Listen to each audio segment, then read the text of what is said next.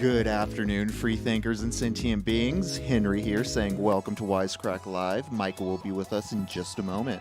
It's nice to see y'all today.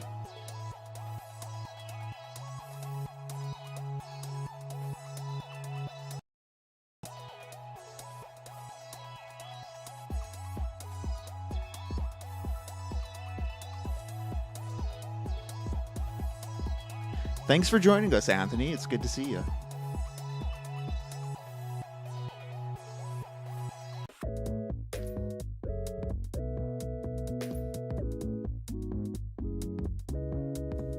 Hello, Lunatic and Hector and John and Vox and Penny. I see y'all.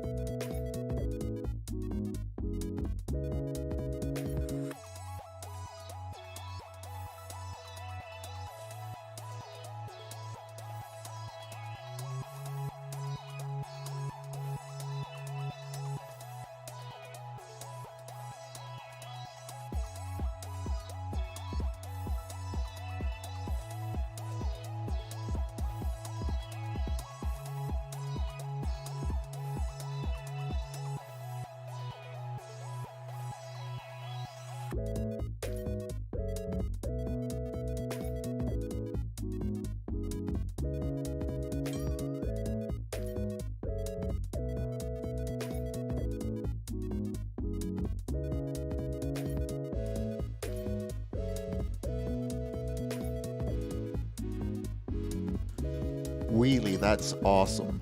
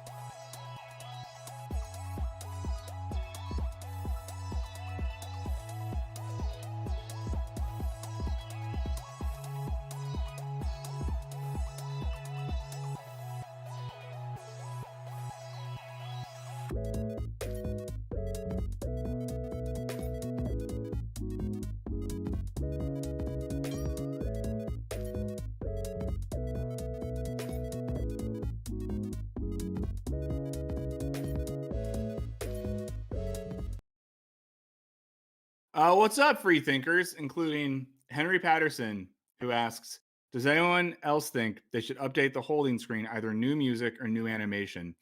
Music doable, animation, we've had that for a while, and I don't think we have anyone on deck who's gonna make us new animation unless you want to do it. So maybe. Penny says, predict, is Burn still sick? No, he's feeling a lot better. Although I realize now in hindsight, I was really sick last week. So anything I said that you didn't like last week, you are not allowed to judge me for. I went to the doctor after stream last week. So there you go. But hey, this is Wisecrack Live. Michael Burns here with producer Henry as always. Um, you know, we're just hanging out. Let's see. Letter W says I liked and unliked their hot take. I wonder which one that is. But thank you everyone for being here, being a stream. Special shout out to all my people with green usernames. I know that you're the freest of the free thinkers. As MDMA says, don't forget to link the struck. It's important to link the struck, lark the strank, or loop the strap. So make sure you do that. Yeah, I think it's what is it? Is it March 16th? Happy Patty's Day week to anyone who celebrates in a way that doesn't include Bud Light with green food coloring in it, because I don't really respect that. If you celebrate it in a variety of other ways, I respect it, but not like that. I celebrated yesterday by seeing. It was the only movie I hadn't seen that was nominated for Best International Picture, The Quiet Girl, a movie that's actually in the Irish language. The language that we had before the colonist forced English on us. Bastards. If you're English, leave. I'm kidding. I love the English. But it was a movie that I described to my wife as a movie where a bunch of people in a lab, psychologists, writers, artists, were given a mission: design a movie to make Michael O'Neill Burns cry as much as possible. This is the movie they would have developed. So, is what it is. Lunatic says, new song idea, Wisecrack Inferno. Are any of you musicians? Because maybe that would be a cool thing that people could like send in a song, and we could like use songs for there. Wheelie Wannabe says the Bud Light with food coloring has always been bait for the public to drive sales. Let him have it. Listen, you can have it if you want it. I just don't want it. And shout out to Gray usernames too, because we love you just as much. And what are we gonna do today? Let's talk about Silicon Valley Bank. A thing that, to be honest, I don't understand that much. Anything that's happened in culture in the past week, I know almost nothing about, because I've mostly tuned out. I didn't feel good. I was just trying to get my work done, and get a few other things done. Mr. Navidad says, hey, sexy people. Hey to you. Paul says, where should we send it? Natural D, first Wisecrack Live. Glad that you're here. You should send it to the Gmail address that we haven't made. Maybe one of my things I'm going to try to do today, guys, is create a Gmail address by the end of the stream. I'm opening up the Google page on my browser right now. And let's see, how do you do it? How do you make one? I'm gonna see if I can do this later. Add another account. Guys, I'm not gonna do it right now. Someone said Wisecrack Halloween theme and death metal. Okay, so we're here, we're streaming. I'm getting prepared to make an email address so you guys can send things like songs and questions and other stuff. Create an account for myself, for my child, to manage my business. Who creates things for their child? Okay, we'll do it later. At some point in the stream, when we're slowing down a little bit, I'm going to make us an email address so you all can have that in the future. Devin said, if only there was a podcast to fill you in the cultural zeitgeist. Tyler says, St. Patty's is the only day the day people tell me I'm Irish. They get so sad when I tell them red hair comes from other places too. Jay, I'm glad to be your spirit person. The reflection of the Google White really brings out the O'Neill and Burns. Oh yeah, let me close that. Let me close the reflection of the Google White. Well, let's start basic stuff. Announcements, things like that. We have some videos coming out. As always, I lose track. The video that's coming out, wait, is it Disruption that comes out tomorrow? Is that what you were working on editing, Henry? Yes. Yeah, I'm pretty sure. I mean, Henry, if you were editing, you would know this. I think that's the one we might have filmed when I was deeply sinus infected. So I'm gonna sound like a fucking nut in that. So It had yeah, a everyone. it had a lot of off the rails Burnsisms in it. There was a lot of editing decisions to be made on what stayed in. Oh God. Well, I hope if I get fired, it's because of Henry. Then I guess if you made those sorts of decisions. Um, yeah. So that's coming out. We filmed some stuff yesterday. So one video we filmed. I'm just gonna tell you guys about this now. We filmed a video that is something we've wanted to do for a while. It's something that you all said we could do, which is a more explicitly philosophical video. So we made a video that's about nihilism, and it sort of tries to go deeper from how we've talked about nihilism on the channel before. It gets into the history of it and why it's, in some senses, a mood of our times. Matt said, "Yikes!" I don't know what the yikes was to. Um, so it's coming out, and I hope you guys watch it when that comes out. Because if you don't, we can't make stuff like that anymore. I'm not trying to put pressure on you all, but whatever. We had a video come out this week that, listen, everyone hated it. I don't know if everyone hated it, but no one watched it. It was a video on virtual reality, the Matrix, some other stuff. Let's see. Um, okay, let's get into some comments then. We pulled up some comments as we do from recent videos to check those out. Mr. Tiermarche said, Michael Burns getting fired? Nope. I mean, probably not. I do think when I get fired, it'll be when our company, goes down. Okay, so let's look at the comments. Is the first one that comes up for you the I just learned this morning? Awesome. So these are comments from some recent videos. This is from the video that came out. Antoine Walters, thank you so gosh darn much. But this is the video we put out about, I don't know, we kind of made it about Mr. Navidad knows about Top G's. Made it about the idea, not of like the Matrix for sure. Like, we weren't talking about the movie in particular, but the idea that in the Matrix, there's this question posed implicitly. This isn't the literal question of the film, which is, would it be better to live in a real material reality, warts and all, or abstract that into a virtual or digital realm, which is not real, but is maybe more pleasurable? And kind of what we explored in the video, two things. One, that we now have access to much better virtual reality technology than we did when The Matrix came out in 1999. Also, exploring the idea that in many ways, our lives have already gone digital in just a much more boring way. And that while we don't have like plugs in our holes, we do have a major parts of our existence that are matters of ones and zeros. Gabriel, we're going through comments right now. Glad you're here. And due to Bides has to go to work early today, so I have to leave you. Been playing Like a Dragon, rewatching 007 movies, made some veggies and rice for lunch. Hell yes, we like Yeah, veggies and rice for lunch. and I like a want all of dragon. you. Yes, we like that. We like health, all that sort of stuff. So first comment from that video was, I just learned this morning that two tech banks defaulted over the weekend. Spent the entire weekend holed up playing Metroid and woke up to be surprised by another sudden recession. I think I would blue pill and enjoy my steak. And plugging the USB into my ass went how you'd think. I had to flip it twice before it insert. If you don't know what that reference is, I'm not going to tell you. Brendan Nielsen's here.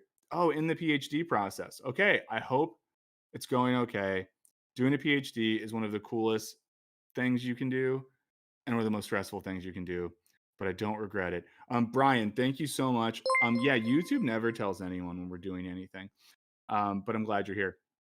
Let's see. This one says, I believe that the thing with VR today, I'm going to the next one now, is that the artificial virtual world is not the separate realm of experience like we visualized constantly in pop culture, but instead something that has been integrated into the real world and has thus become an extension of it, sort of like a pattern woven into the fabric of our lived experiences with reality. I mean, this is what I think we were getting at in the video. I think this is really well put, and I kind of think this is where we are at. That there's we're past the point of there being some separate virtual realm. I think this is why things like Meta and Oculus and all those technologies has failed to take off, because it's already integrated into our world now. And it makes me think of this came up in the video a bit. There's a lot of writing about, the slow and uneven apocalypse, which is this idea that in movies, right, the world ends and it happens like a bang. It's crazy. It ends all at once. The thing hits, the rocket goes in, whatever, whatever, whatever. But in reality, and thank you for liking the stream, please keep liking it so YouTube will show it to people. But in reality, the apocalypse is boring, right? The world ends with a whimper, not a bang. And I think it's similar with our getting ingrained into virtual reality. It's been a boring, slow decline and not one exciting thing. So when this comment says it's been integrated into the real world and it's become an extension of it, like a pattern woven into the fabric of our lived experiences with reality, I think that's so spot on. Henry, thoughts on that? No, yeah, I agree with the whole. It's just slowly weaving itself in the most boring ways. Our reality is just like the most mundane version of whatever we come up with in fiction. So like we imagine something Yeah. fantastic, and just like the slowest, most invisible, kind of dullest, like use of that idea is what manifests for us. Yeah. Tommy Douglas Deshair said Deleuze just called. Yeah, Gilles Deleuze, French philosopher, very interesting, hard to read, but interesting. In many ways, talks about capitalism and the hegemonic structures around it as this thing that will suck anything into itself in a really boring way. Um, I was also kind of a fan of how the fourth Matrix movie sort of addressed why people would choose to stay in the Matrix so long, or how the Matrix would subsist for so long off of people like yeah, willing participants in the blue pill, and how that's not necessarily like ethically wrong if their sense of presence is in the right place. Yeah. yeah, 100%. Um, yeah, Vox says what people miss about the VR takeover. I'm skipping ahead. The whole point of the Matrix is that no one notices. Yeah, I think that's true. Again, if you're here for if you're here for SVB stuff, we're gonna get to it. I promise. I'm just gonna run through some comments real quick. I won't take too long. But the more you like the stream, the closer we'll get to that. Next comment says, in my opinion, I think the fact people want to watch dystopian movies, read sad books, and study philosophy are evidence enough that at least some people prefer reality over virtual reality. Seeking after upsetting material is counterintuitive to someone who just wants a nice and comfortable time. Yeah, I do think there's a passion for reality that many people have, a desire for something real, which is why we love Coca Cola. Quench your thirst with the real thing. This stream is sponsored by Coca Cola and Lockheed Martin. But I think that's one of the reasons for that.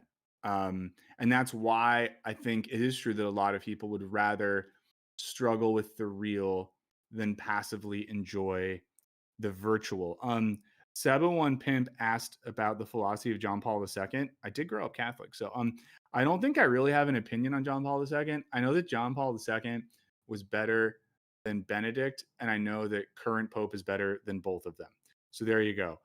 Someone said so close to 69, maybe referring to likes. That's all we have, guys. We gotta like the stream. If there's 350 people here and 69 likes, I mean, what do I? Who's D do I have to S to get some likes around here? You know what I mean? The Jigmeyer said, "What's happening?" You're looking at some comments from recent videos. Oh, go ahead. Sorry, I had a quick video issue when I was pulling up comments. I accidentally moved your feed, so it looked a little weird on Oh my screen for a moment. god, it's okay. The next comment I'm just going to say really quickly. Someone said, "I'm a gamer. I officially rejected reality many years ago." The next one is about USB cables, which is I tried plugging a USB cable into myself, but it wouldn't go in. So I flipped it over and tried it that way, and it still wouldn't go. Then I asked myself, am I the power supply or am I the device? And suffered an existential crisis. I have no commentary on that other than great comment. You know, great comment. John says, and John, your last name indicates that you grew up Catholic. Everyone always says, I grew up Catholic. Are there any Catholics who are still actually Catholic? Here's my take on that. I think that culturally, if you grow up Catholic and especially you come from certain backgrounds, I think you are culturally Catholic regardless. And I do consider myself culturally Catholic in a way that I would never try to get out of.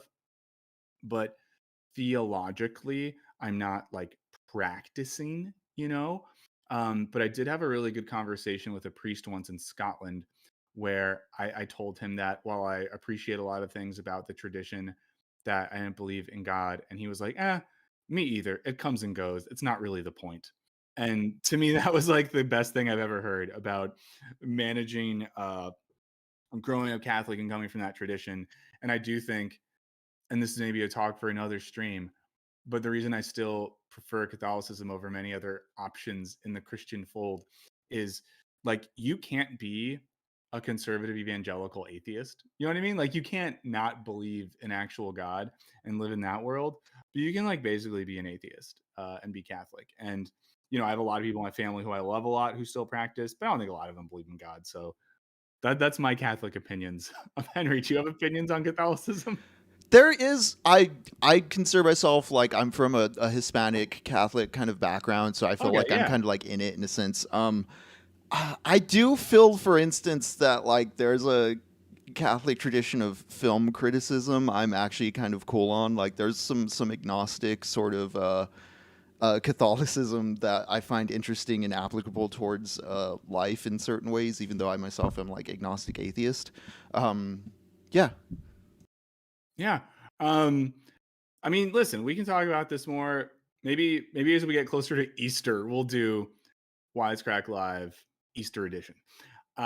Speaking of Jesus Christ, our friends Raymond and Austin, who used to host Show Me the Meaning here on Wisecrack, we now have a really great film podcast called Cinematoology.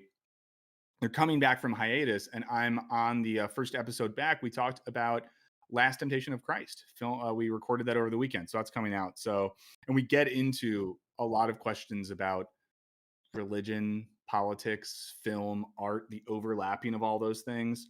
So there you go. Ali Cattail says he has written indeed. Okay, so let's check out a few more comments. This is from the next video. We did a video about like billionaires and rich people and what's wrong with them.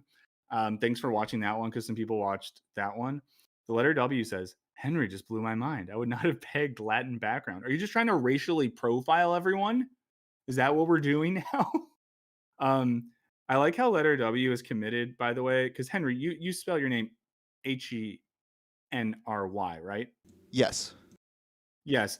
Letter W has decided that you are Henri in like a French way with an accent over the E and an RI. And I just like that they have made that decision that you are a man of the French gentry. Yeah, not the first time that's happened. It's interesting. Yeah.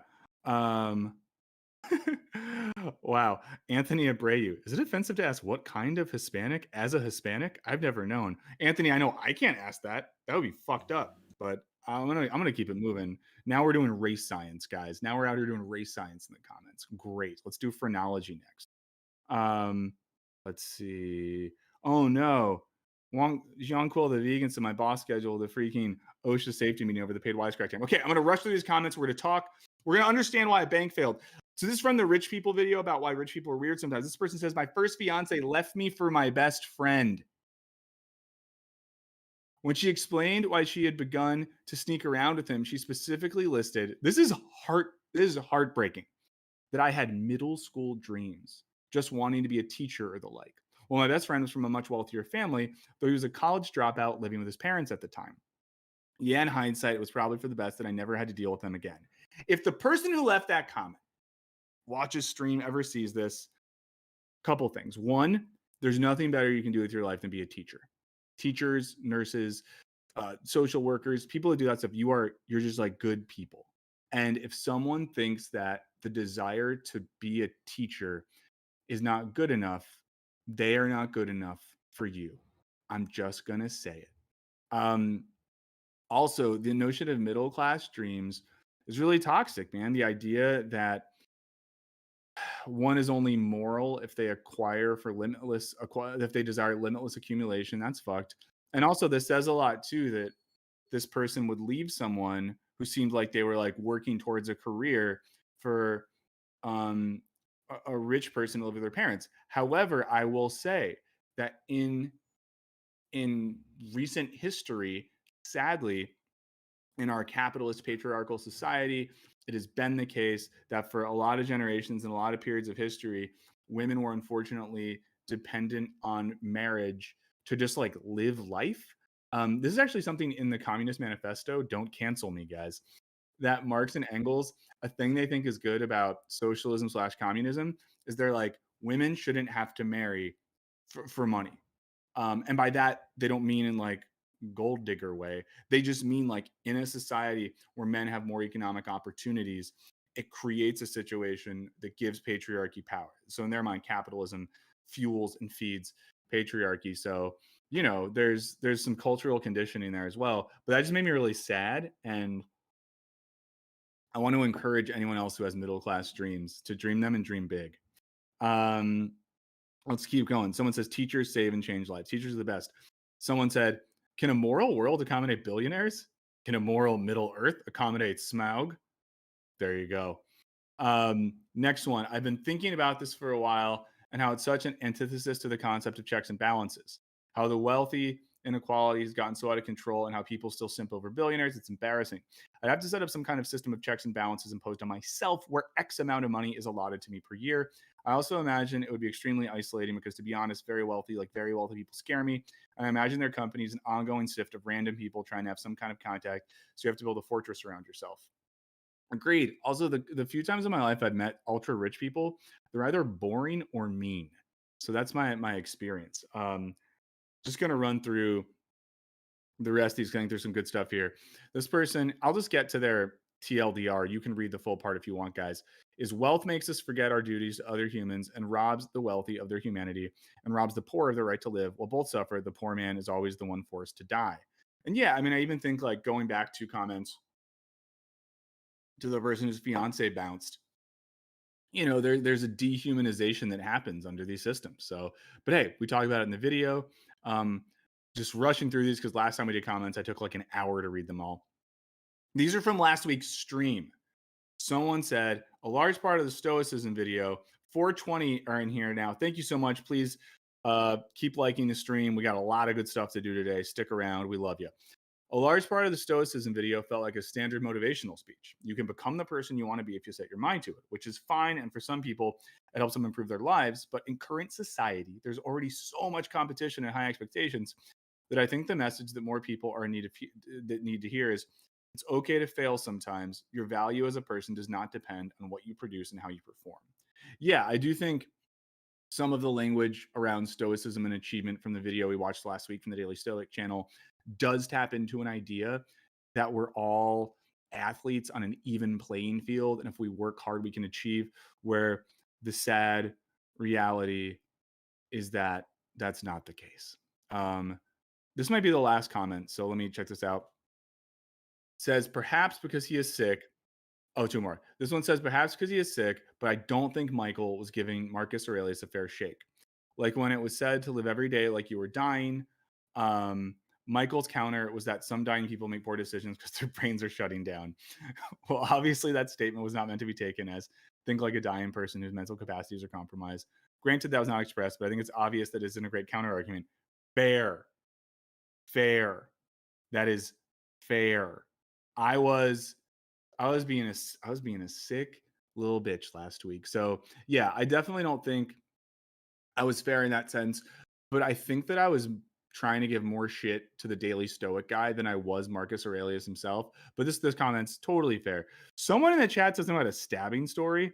Did someone get stabbed? Do you know what the stabbing story means, Henry? I'm looking it up right now. Apparently, there was a middle school stabbing. I'm reading more on it Oh, before I bring any more up. ooh. Yeah, if there's like a dark thing like that, guys, I don't think we're going to talk about it here because I just don't know. Let's look at this last comment. Someone said, I'm highly disappointed in how dismissive the vibe around stoicism was in this video. I love this channel and follow it regularly, and I'm surprised to see such a dismissive response to a respected ancient philosophy, which at its core is a framework for living virtuously towards the improvement of the world. The concept of the three disciplines and oikiosis are working towards a harmonious experience for all. Fair. Again, I think that like I in last week's stream wasn't really approaching it from a perspective of here's my analysis or critique of stoicism, but more looking at how stoicism gets used. But I just think that's like fair. So I and I want you to see, guys, I don't just cherry pick good comments.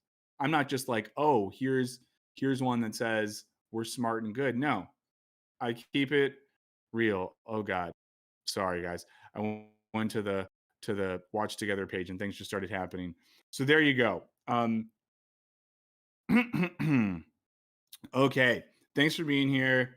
Please keep um I don't know, leaping the stork, uh or liking the stream. It helps us. The algorithm hates us sometimes, man. If you work at YouTube, let me know. Like, what did we do? Why do you hate us?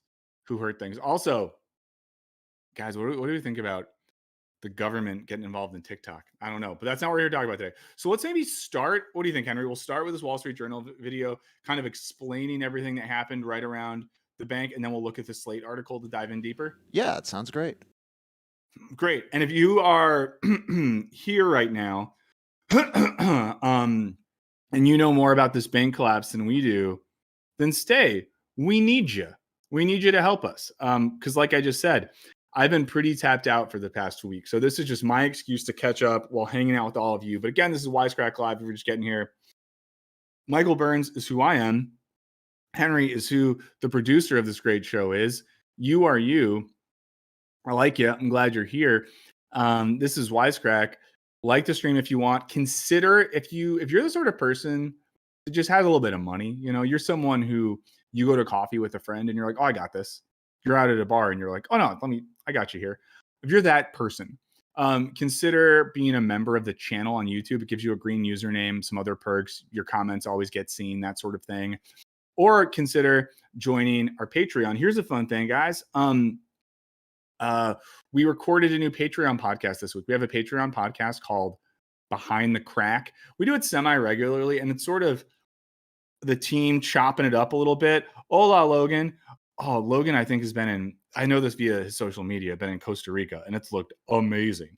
But yeah, we did a Patreon podcast this week. It's the first time ever all of Wisecrack's full-time team members just chatted about videos we like, stuff we're working on. It got very digressive and weird. So we're not sure if people are going to like it or hate it. So you can let us know. But yeah, there you go. And yeah, Patreon lets you into the Discord. Although sometimes I tap into the Discord and I'm just like, what is happening? Why are people fighting? People never used to fight. If you're a Patreon and you're watching this now in your Discord, like, let's just try to like talk without fighting. I don't like it. Michael says, okay, no spoilers for Last of Us yet. I will give you a fair spoiler warning. Letter W, don't sell your body to get Patreon money, please. You know, sell a kidney. Just sell a part of your body, not the whole thing. And then again, this is confusing. What's up, Professor Puppet? If you're a member of Patreon or YouTube, you get Discord access. But extra videos and extra audio content only comes through Patreon. And Patreon is where you get videos early without ads. Again, why do I push Patreon? Honesty time. Because Patreon gives us like 80 something % of the money that comes in. So it helps us have a way of funding the channel that comes directly from the people that support it. Whereas the less money we get from things like that, that's when we're like getting ads. And then it creates a situation sometimes where I just saw someone say this in Discord. I said, well, fight people in the Discord, fight in the debate channel. That's what we have it there for. But basically, sometimes people are like, oh, we hate ads. You fucking sellouts. Why do you do this? I hate these products. And it's like, I get it, guys, but we sell ads because we make free videos. You don't have to pay to watch them. So I'm just constantly trying to push people towards Patreon because I would love a world where we're less dependent on sponsors. Although we have a sponsor coming soon that I don't feel bad about. So that's great. Having some sponsors we don't feel bad about.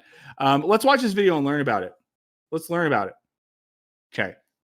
After its creation, Silicon Valley Bank was the 16th I'll say this too. I had no idea Silicon Valley Bank was the 16th largest bank in America. largest bank. I'll answer this really quick. Bobby Pine says, what number of views is considered successful for Wisecrack? I would say if a video in the first 48 hours gets like 100,000, that's pretty good for us. And if after a week it has like 200,000, that's sort of good.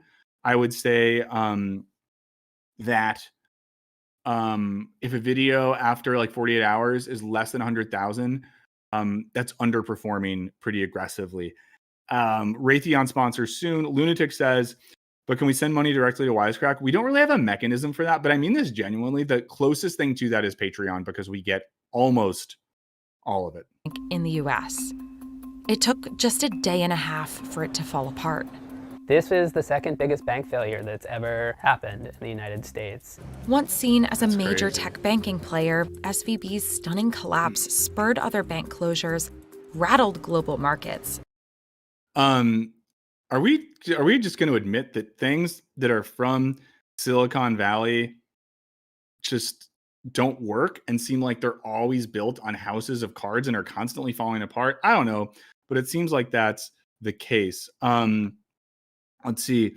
Antoine Walter says, why you hate BetterHelp. There's been a bunch of articles about BetterHelp recently. BetterHelp even had to reach out to the company that does our ad partnerships to be like, oh, we kind of fucked up. Here's why. But there's a lot going on around that. This is Wall Street Journal. There we support and we think everything they do is right. It's just the most simple explainer video. And threatened the lives of startups across the country. So, what went wrong? Wait, what went wrong used to be a Wisecrack series. Is the Wall Street Journal copying us? I don't like that. I'm going to sue them. Silicon Valley Bank opened in 1983 to Oh, serve God. It's been fledgling around that tech long? companies.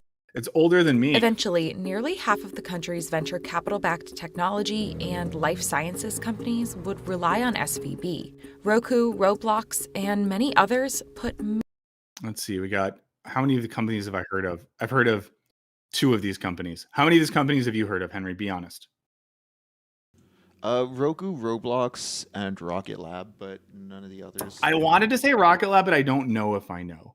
I don't know if I know that one. So I'm going to be honest. I don't need Roku to go under. Roku is probably the thing I've used most in the past decade of my life to distract myself from reality. Also, My Roku is basically how I plug into the Matrix. Also, it's funny noting it's older than us, but it's younger than a lot of the people we elect to put in charge of managing these sort of things.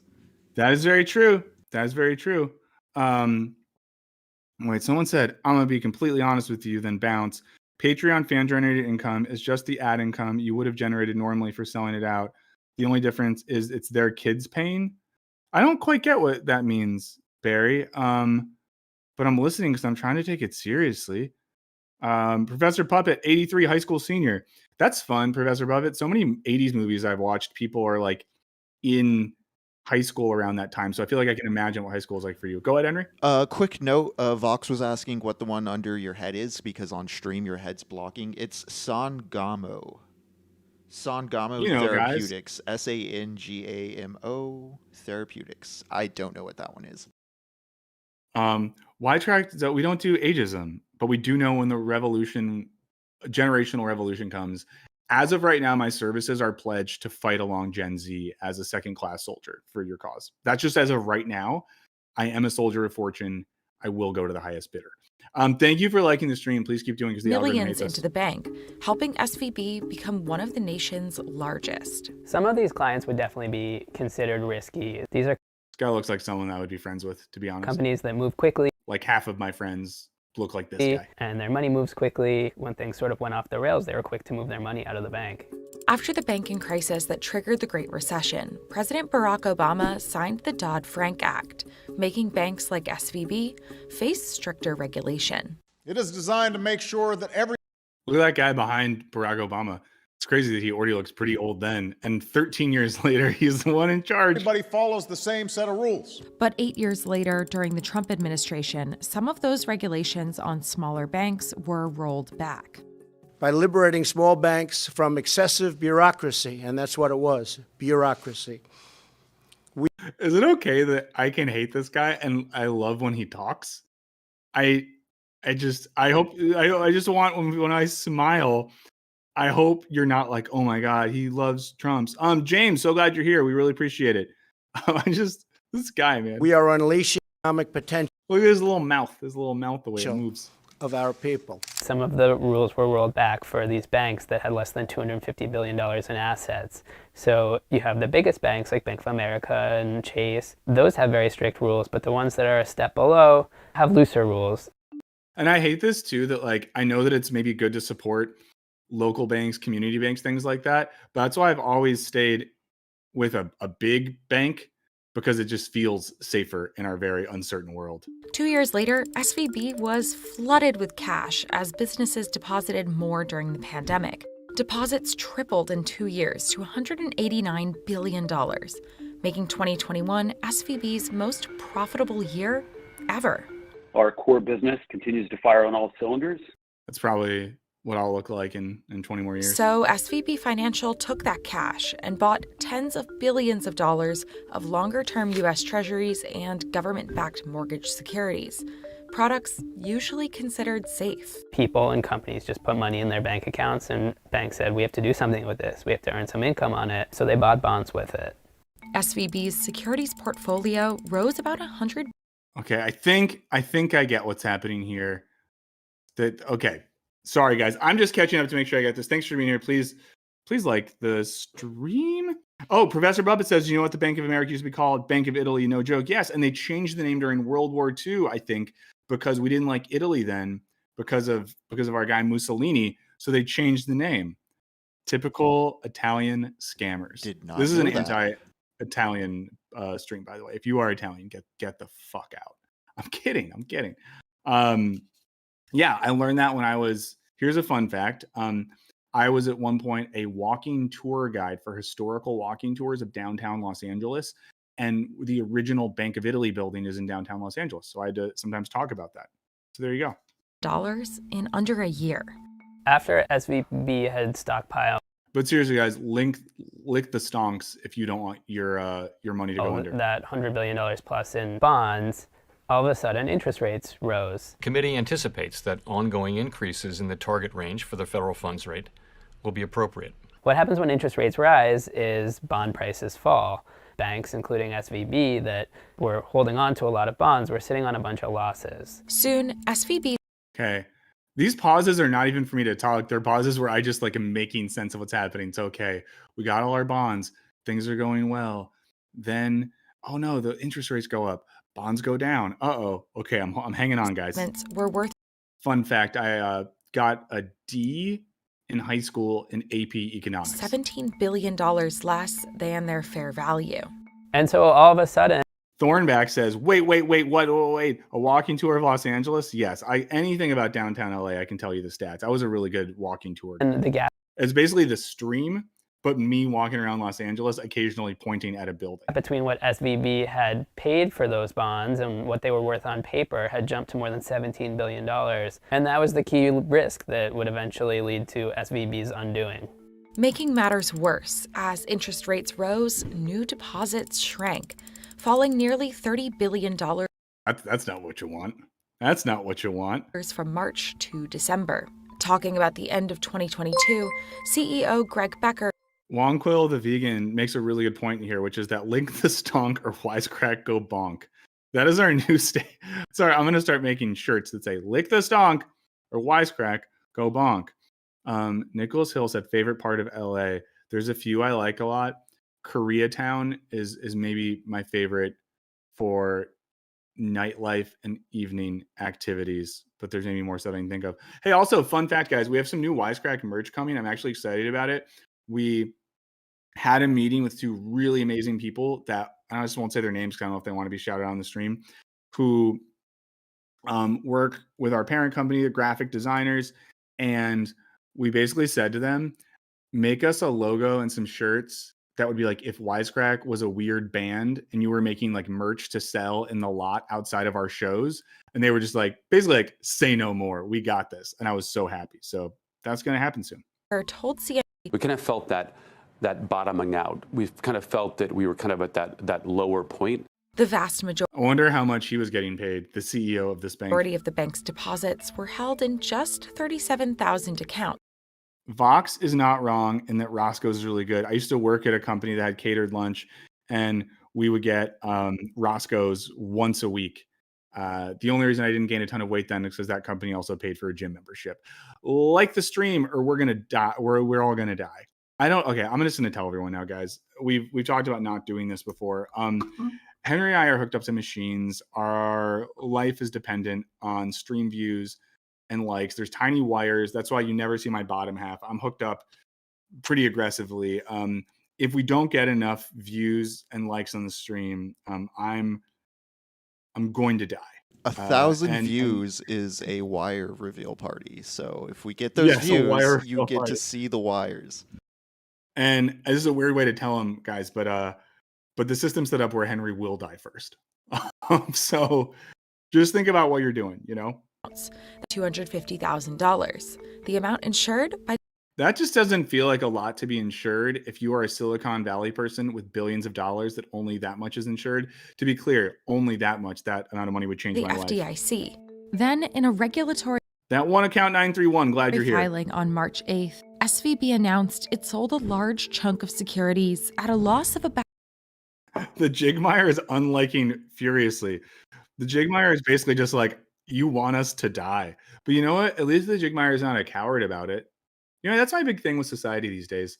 A lot of people are just cowardly. They want to dislike things or leave like sneaky comments and not own it. Jigmeyer is owning it, and I appreciate that. about $1 billion to help it cover that decline in deposits. The regulatory filing that Wednesday sparked a lot of fear. The stock fell a tremendous amount, which is never a good sign. I think it's cool that banks can fall on the basis of the stock market. I think this is a good system we have. Let me just state that right now. HGD is being honest and just hurting my feelings. You know, you're having a 2-to-1 viewer to like ratio. It is what it is. Hey, change that ratio, like the stream. And we're already on edge.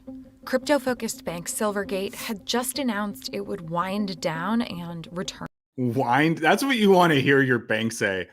It's one thing when the local deli that's been open for 40 years winds down operations when Marcelo, the owner, goes into retirement, but you don't want your crypto bank to wind down. Deposits. So the bottom was about to fall out. Startup CEOs began receiving urgent calls from panicked venture capital investors. So Zach Cuss says, in principle, the FDC insurance supports individuals, not businesses, since businesses should be more discerning about how they store their money. Christopher Pierce points out it's more to do with Federal Reserve interest rates. Was out of breath. Like, oh, Adam, yep, thank you so much for being he here. had just run a marathon, and he said, take your money out of SVB. Go into your account, take your money out as soon as possible. What started as a trickle of withdrawals quickly That's just such a bad vibe. When you just hear like get your money as soon as possible. Yeah. Oh man. But it is, so there is a funny thing though, where like to get back to class bifurcation and the rich and the poor.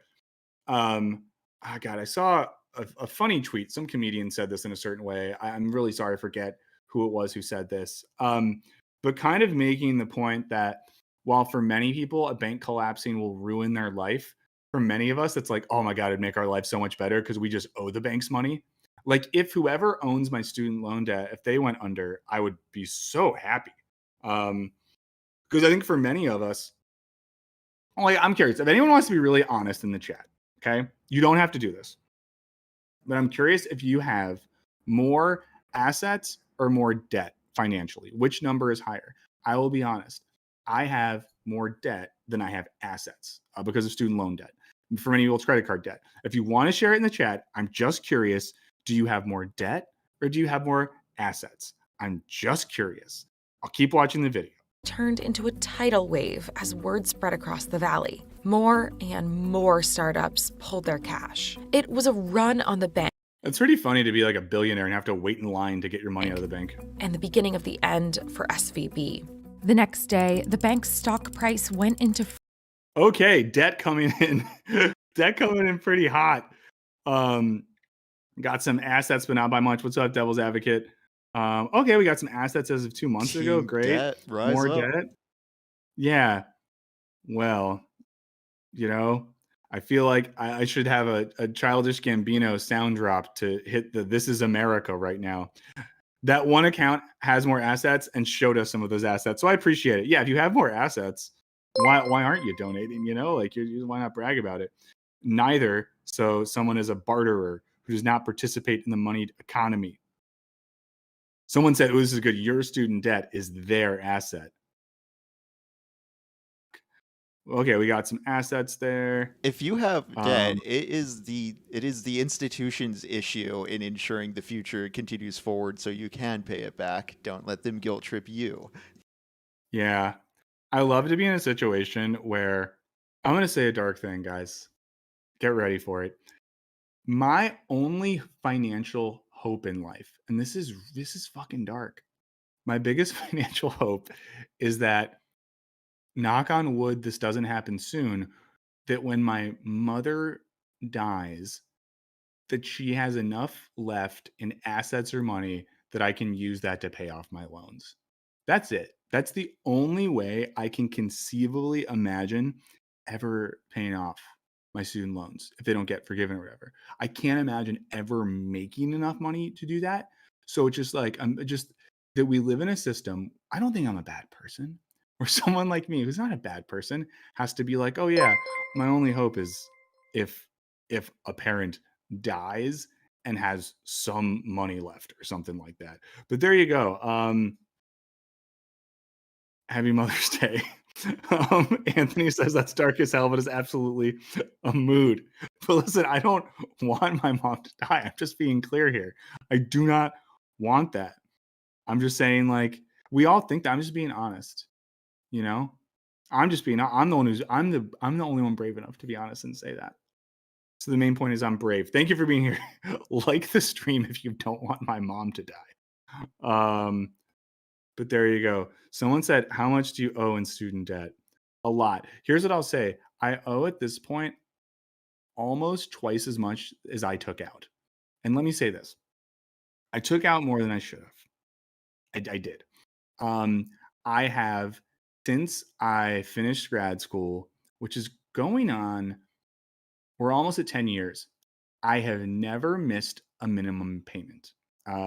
I've consistently paid at least my minimums on an income-driven repayment plan, and I have significantly more debt than I ever started with. And at that rate, it's hard to imagine ever getting out of it when you do the right thing and it still goes there. So, you know, just being honest, guys. Like the stream if you hope that I die because of financial problems or something like that. Let's learn about a bank dying. Someone said, what do you do for grad school? I did a PhD in philosophy. I don't recommend it. Someone said, if you get a tenure track position at a uni in the US, how long can you pay the student loans? HGD, if you are at a private university, not a state university, there's no special thing. You can be on an income-based repayment plan where you pay on average 10 to 15% of your income after taxes in a given year. If you make all of your minimum payments for 20 years, it's forgiven, but then you get taxed for the amount forgiven. So let's say you started with a little bit, you make all your payments, but the interest keeps growing and growing and growing. So it ends up being like 500,000 is forgiven. Then you get taxed on 500,000, even if you make 50,000. And as you might imagine, the taxes on 500,000 is significantly more than you would ever make. I am Dr. Michael. But there you go. But not a doctor that's useful, but I am a doctor, yes. Free fall. Everest tried to withdraw $42 billion in deposits. 42 SVB billion. ran out of cash. All of a sudden, everyone's saying, Oh, so it's like the plot of the movie It's a Wonderful Life. I get it now. Yeah, whoa, it wait seems a like a minute. pretty classic bank run situation when you get down to it. Yeah, listen, everything I know about bank runs, I know from It's a Wonderful Life. Yeah, Letter W points out, yeah, you can't claim bankruptcy from student loans, which is pretty funny. Someone said you're only counting your debt. Did your wife pay her student loans? This is TMI, but she didn't have any loans. She's in the house. I think that I'm talking about her financial life on stream. She's a very private person. Clearly I'm not. She doesn't have any, so there you go. Let's see. But yeah, my wife's about to finish her PhD, by the way. We're gonna have 2 PhDs in the house. If only it's like there's a skit, I think, on the first Kanye West album. I know now he's bad, but back then he was great. That's about someone with so many degrees they can keep themselves warm even though they live in the street. this bank is risky. The bank has enough money to cover deposits if they come out in sort of a peaceful, orderly fashion. When everyone's racing for the exits at once, it doesn't. That day, regulators seized the bank. The FDIC said in a statement that customers would have full access to their insured deposits in 3 days. But the bank had more than Anthony, that's a great title. $151 billion worth of deposits at the end of 2022 that weren't insured. They were over the $250,000 limit. 2 days after SVB's collapse, a second bank with a different set of problems, Signature, failed. That's a bad logo. I'll just say this. Signature Bank's logo says to me, like, this is a low-rent bank that's going to lose all your money. And was seized by regulators, the third largest Like, fonts are important, guys. Fonts are important. failure in. Lexa Power says, what school in Los Angeles would you recommend for a PhD for those of us who are glutton for punishment? Lexa, we need to know what you want to study. So there you go. History. Monica Lopez, Pinzon Art, said, hello. Richard Wolf was on Status Coop and mentioned how student debt isn't forgiven, but someone from the tech sector that made a risk just needs to ask for it. Yeah, I mean, that's the thing again, right? Like, we live in a society where we create safety nets for huge financial risks taken by those in the private sector, but there's no safety net for those who take on financial liability because they live in a world where they're told they need, education to like make money. And worry about other banks as well. It's very much kind of Michael. A whack-a-mole situation right now. Federal officials. I'm now an amateur graphic designer. I've started to use Adobe Express to make flyers for my band's upcoming shows. And I'm having a lot of fun with it, but it's very hard. Casey, thank you so much for joining the Wisecrack Hive. We're really glad you're here. State officials, everyone's in sort of this unenviable position of trying to shore up confidence in the banking industry. So every time someone joins as a member, Henry and I get another week tacked on to our lives. So it doesn't turn into an even bigger panic. On Sunday, March 12th, regulators announced that even uninsured deposits over $200 HDD said we need a Wisecrack episode on studying in America. We put out a video 4, 5, 6 months ago on the college crisis. I think it's the longest video we've ever made. Check it out. $150,000 from the two Evan banks just brought that up in the would chat. be covered. On Monday, March 14th, This video does need maps. Signature told clients that due to the U.S. Treasury, Federal Reserve, and FDIC, all deposits were not at risk. SVB's focus on Silicon Valley made it uniquely vulnerable to a run. Its fortunes were really tied to the fortunes of this one industry. But what's more, this is an industry that has flighty deposits. You can't really rely on this lunatic. It is Bored Betty. Gavin, yes, I'm in a band based in LA. Short-term funding necessarily. Julia missed the beginning of the stream. Will there be a Harris hole today? I don't think so. Whoa, dead card coming in hot. That's amazing. John says, I bet Harris will be doing a video on this. I bet he will. And I'll be honest, I bet it'll be good. I did not check if Harris had a new video up because we've done 2 Harris holes in a week. I don't know, Henry, what do you think about this? I feel like we shouldn't do the Harris hole more than twice a month. Yeah, I don't like to do back-to-back Harris hole myself. Yeah. We went a little hard there. We got a little hard there. So, but hopefully Johnny makes a video about it. To support. Thank you for being here again. Thank you for liking the stream. We're almost at the halfway point of our stream. This is Wisecrack Live. If you're just tuning in, I'm Michael Burns. He's Henry, the producer with the mostest. It doesn't rhyme, but what are you going to do? We're currently talking about the SVB collapse. So this video is almost over. We're going to check out an article in Slate about this that's supposed to be pretty good at getting into it. Hey, Michael, it's Michael from Germany. Nice to see no dead shark eyes during your recent ads. Yeah, they haven't been that bad recently. But thanks for being here. We're also going to talk about the ethics of The Last of Us finale a little bit later, so stick around for that. We will not spoil anything without a warning because we're not monsters. Whoa. Gavin's also in a band in LA. They're called Raccoons Anonymous. That rips. I'm going to Google you later, Gavin. I'm going to Google you. Yeah, Hassan Harris makes a good point. Keep the hole dry. From one Harris to another. These long-term investments in bonds. Now, some, like President Joe Biden, are blaming the Dodd-Frank Act rollback for the failures. I'm going to ask Congress and the banking regulators to strengthen the rules for He's like always squinting. Banks to make it less likely this kind of bank failure would happen again. With investigations but I don't disagree with him on that one. To be underway, the bank's clients will see their money returned, but shareholders are out of luck. When asked about the possibility of bailing out Silicon Valley Bank, the Treasury Secretary said, "We're not going to do that again, but we are concerned about depositors and are focused on trying to meet their needs." There you go. So we know a little bit. Someone said, why don't people go to free universities in Europe? Because they're, for the most part, not free. If you're American, and even if they are free, you still have to have cost of living stuff, and you can't get the same loans there. So Nelson's here. We can get started now. Okay. So we got our baseline, right? We got our baseline. We kind of understand what's going on. Now we're going to read. If you leave the stream now, it means that you don't like reading. It means that you think the written word should be dead and that all information should be communicated via TikTok videos. So feel free to leave at this point. I just saw the number dip a bit, and that's fine. That's fine for me. Maybe I shouldn't threaten people. But we're gonna keep diving into this. So there's an article on Slate called, I love the title of this, "The Incredible Tantrum Venture Capitalists Threw Over Silicon Valley Bank," by Edward. I think you say this guy's name, Angueso Jr. I've heard this guy on some podcasts before. He's pretty good. So yeah, in Europe, and Christopher says, how will the poorest get to Europe? There you go. Canadian universities are definitely cheaper. But yeah, so this is the problem, guys, is like, even if you go to a country with cheaper universities, you still have to pay foreign fees. Later, Jigmeyer, someone said, I'm a real Catholic background. Crazy Tom said, bye then. Is he threatening? I'm not threatening you, okay? I will S every D in this building if people stick around. Wam Kim says, bye, guys. B-U-Y, guys. Julia said, I could tell which of your ad reads was when you were sick. Yeah, there's...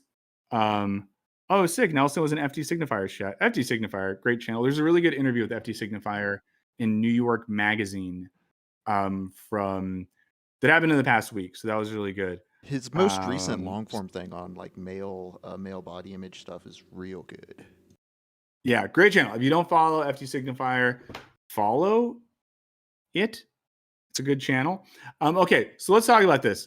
So we're gonna read this article. Let's see. MDMA said, you got this, simple-minded TikTok user triggered. No, I like TikTok. Actually, most things I know about economics, I know from a TikTok channel that I follow. This woman who's an economist explains things in really helpful ways. I like TikTok, okay? Listen, when people are mean in life, it's like a hurt people thing. So when I threaten you and say, oh, if you leave, you're this, it's just me expressing vulnerability and fear. That's what's really happening. So, that's what's happening. Damn, Zachary's Roth is way down. Wow. David says, could you explain why the markets rallied so hard today? David, you were not here when I told everyone what I got in AP economics. I bet someone in the chat can. So let's check out this article, okay? Starting with this. We might read the whole thing, might not. If the technological innovation coming out of Silicon Valley is as important as venture capitalists insist, the past few days suggest they haven't been very responsible stewards of it. The collapse of Silicon Valley Bank late last week may have resulted from a perfect storm of ugly events, but it was also emblematic of a startup ecosystem and venture capitalist apparatus that are too unstable, too risky, and too unmoored from reality to be left in charge of something as important as the direction of our technological development. Again, it's just a lot that so much of our future as a country, as a people, as a species is wedded to notions of technological development that take place in the private sector and corporations, largely based in Silicon Valley and tied into the economic system of that place via banks like that. There you go. As the startups that make up Silicon Valley Bank's customer base scrambled to figure out whether they would be able to make payroll. And that sucks too, because who gets fucked in these situations, not the people up top, like they're low-level coders, workers, interns, all those sorts of things. They always have nice cushions for themselves. A group of extremely online venture capitalists spent 4 days emoting on Twitter, ginning up confusion and hysteria about the threat of a systemic risk if depositors didn't get all their money back pronto. And of course, this always happens, right? People with all the money in those systems are the ones who are going to be like, if you don't give me my money, everyone else is going to be hurt, which feels bad.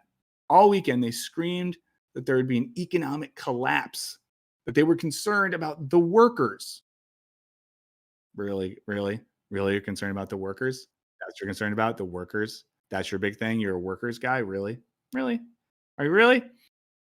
That the Federal Reserve was responsible. That, until finally on Sunday evening, they got what they wanted. The government promising full account access to all Silicon Valley Bank depositors. We're going to keep reading on here because I don't know a lot. I'm here with you. We're curious humans on a journey together. Does that mean that the government gave them money? I didn't know. Okay. There we go. But The now it promise is of relatively. money. Oh, go ahead. The promise of money. Okay. I'll promise someone some money. Okay. Let's see. Thanks for liking the market if you're here. But by now, it is relatively clear what happened at Silicon Valley Bank. A pandemic bull run inflated the value of tech startups and the future of investors, resulting in a tripling of deposits at the regional bank that specializes in the industry's fledgling companies from $62 billion at the beginning of 2019 to $189 billion. We saw that in the video we just watched at the end of 2021. SVB wanted to put that money to work, so it bought up U.S. Treasury and mortgage bonds that would take years to mature but serve as a relatively safe place to park its cash as long as interest rates don't rise. They did rise, however, multiple times. Yeah. For over a decade, low interest rates have allowed venture capitalists to accumulate huge funds to give increasingly unprofitable firms with unrealistic business models increasingly larger valuations. Our 2021 analysis found that not only were 90% of U.S. startups that were valued over $1 billion unprofitable, but that most would remain so. I mean, here's the thing, and this is, Nelson's right, you got to lick the stem. It's the tastiest part. But I always say this, I'm not good on economics. I'm good at economic theory in an abstract, meta way, but not in real practical stuff. But here's what I do know. I know that the way that Silicon Valley companies and startups largely work is companies that don't make any money get investments. They use the investments to continue to not make money, but to do stuff and hire people and get cool buildings with yoga rooms and matcha machines. They then get valued, which isn't real, right? Some magical person says, you're worth this much. It's like the fucking sorting hat of, venture capitalism. Once they are valued, they can either A, leverage that valuation against further investment, loans, money, or they can sell their company to make money and get the fuck out of Dodge. I at one point worked for a startup that was this. It was a company that came from the Y Combinator world in Silicon Valley, got a bunch of startup money. We had this crazy office, all these perks. They were trying to get new investors. At one point, Olympic ice skater, speed racer Apollo Ono came into the office one day because he's an investor.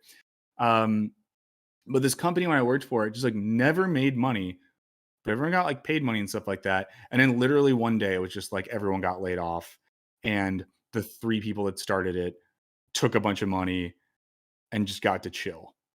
Tyler worked at a startup, and pitching to VCs is frustrating.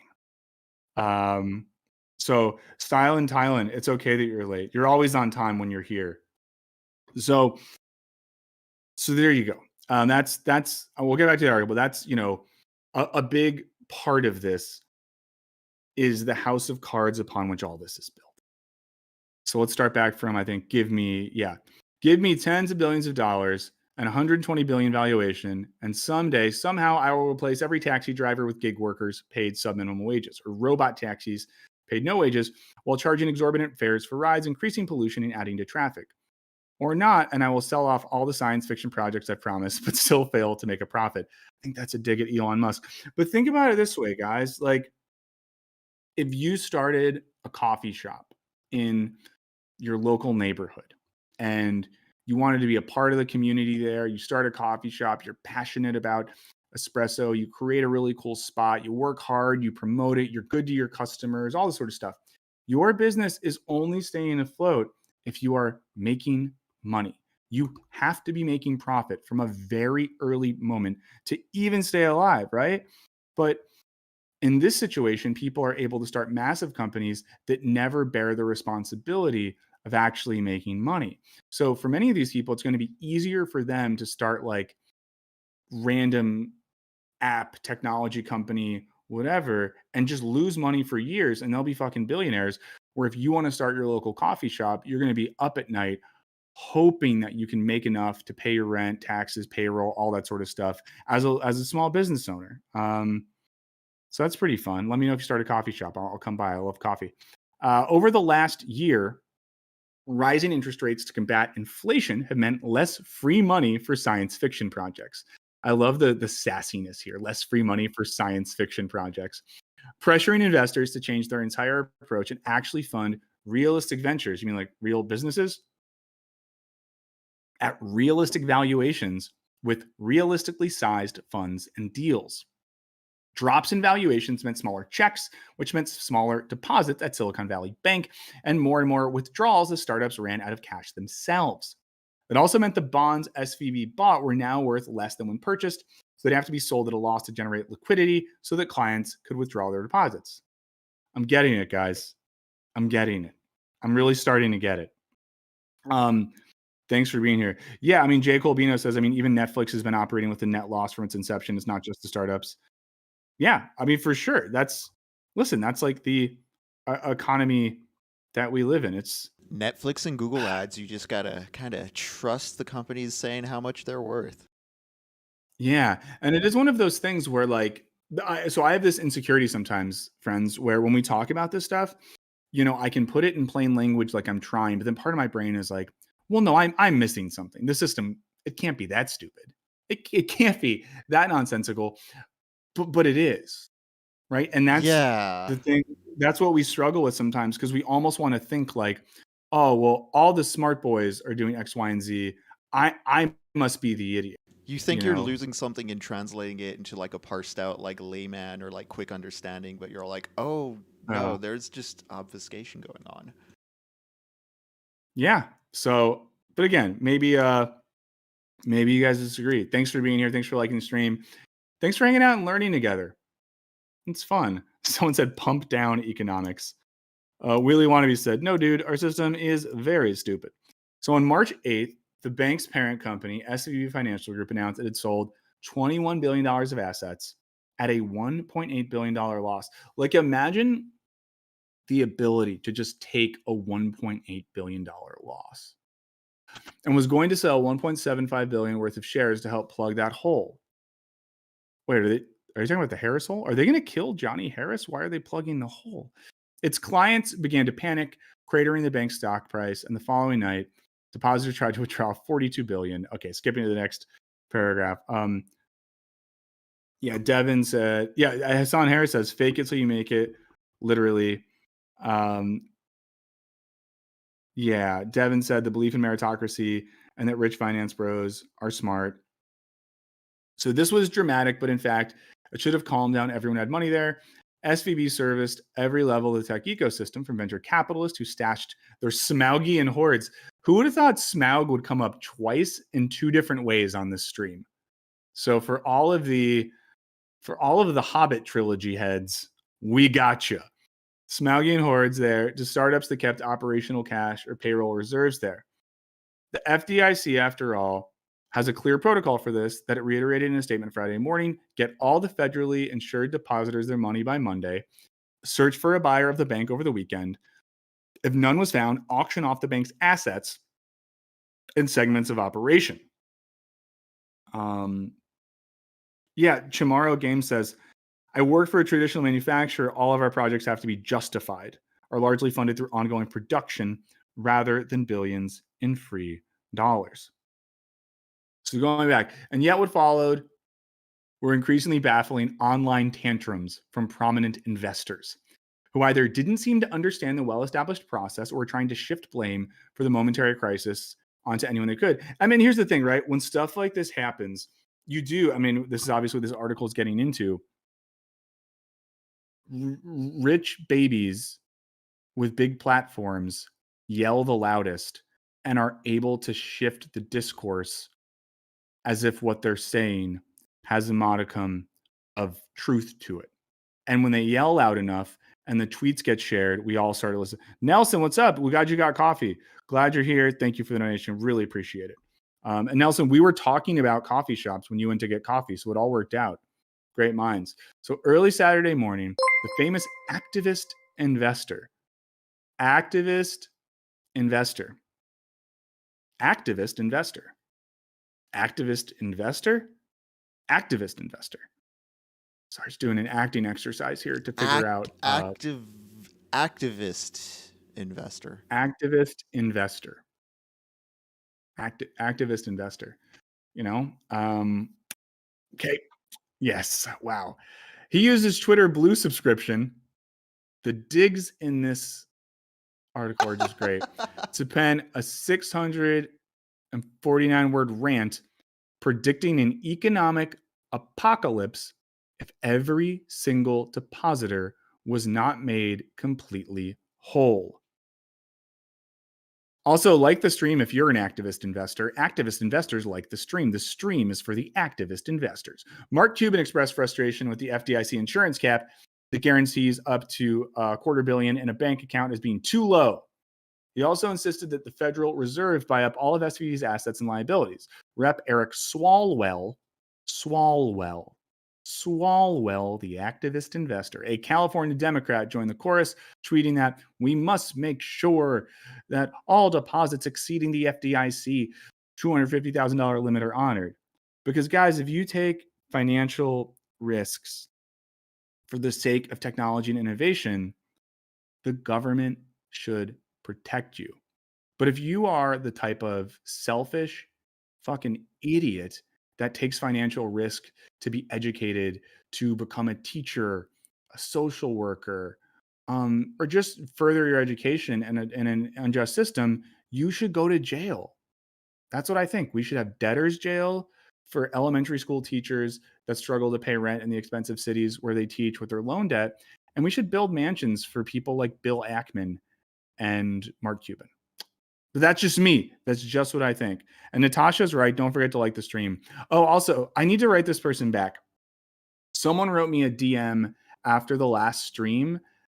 And I think what they were saying is that they were kind of mad at me or disappointed when I made a comment that I'm not a political person and I don't really know what communism is, but people keep accusing me of it. I've gotten in trouble in my life before because of my dry and sarcastic affect. So for anyone who hears stuff like that and is like, damn, that's really weird. Michael's kind of stupid. I operate a little dry. You know, we often talk about the dry gang or the dry hole gang here. We know that dryness is a part of how I live. Again, I don't try to like brag on this, but you know, I did a PhD in philosophy. I've like published work on communist philosophy and theories around it. It comes up in my book a lot. So when I say things like, I don't know anything, it's because I get a lot of shit in comments sometimes from people that are like, more like woke crack, go woke, go broke. I can't believe another video propagating their Soviet ideological nonsense. So I was just kind of joking about that. So I'm not an idiot. I promise I'm not an idiot. I'm just dry. I'm just dry, guys. Okay. So let's get back into reading about the joys of, okay. Someone says, dude, far left and far right have that same sense of humor. That is to say, none. Okay. That's what federal regulators spent the weekend doing, invoking something called the systemic risk exception in order to get every depositor their money. Systemic risk exception. I just love this. There's an exception for you if you take a risk in business. So think about it this way. I'm going to do this. I'm getting a little broken and let's just deal with it. Let's be broken together, guys. Like it is in our society, it is acceptable to take a risk for the sake of producing massive profit for yourself and your investors. That risk is so acceptable that we have built-in mechanisms to protect you from any downsides of that risk. However, if you take a risk for the sake of education, bettering yourself, learning, growing, getting a job to help people, whatever it is, you're on your own. That's the society we live in, guys. God, I'm so dry. I really am dry right now. Often so sometimes over here I have multiple beverages and I forgot for today's stream. So I have this much water for the rest of the stream. I'm going to die. Let's see. And yet you still saw famous venture capitalist like PayPal co-founder and Elon Musk buddy David Sachs begging the Federal Reserve to force a merger or a bailout, then insisting he was not asking for a bailout, while again asking for a bailout. This may have seemed a bit strange considering Sachs' previous disparaging of hands out, specifically to Ukraine, and reactionary vitriol for liberalism itself. Also, this might come up later in this article. I haven't pre-read it, but Larry Summers, who used to work for our government under the Obama administration, is someone who tweeted very recently about how the government shouldn't do the like $10,000 student loan debt thing because we shouldn't give money to students or whatever. And he tweeted out how bad it was. And the same dude, former president of Harvard economics chair, yada, yada, was tweeting about how necessary it was to bail out Silicon Valley investors. That's the world we live in, guys. But then again, Sachs is a longtime associate of investor Peter Thiel. Peter Thiel, bad guy, who believes in free markets but not in competition. In capitalism, so long as the rules are attuned to satisfy his own interest first and foremost. It was Thiel's founders fund, by the way, that helped kick off the bank run that sank SVB in the first place. So David Sachs is tweeting, "Where is Powell? Where is Yellen? Stop the crisis now.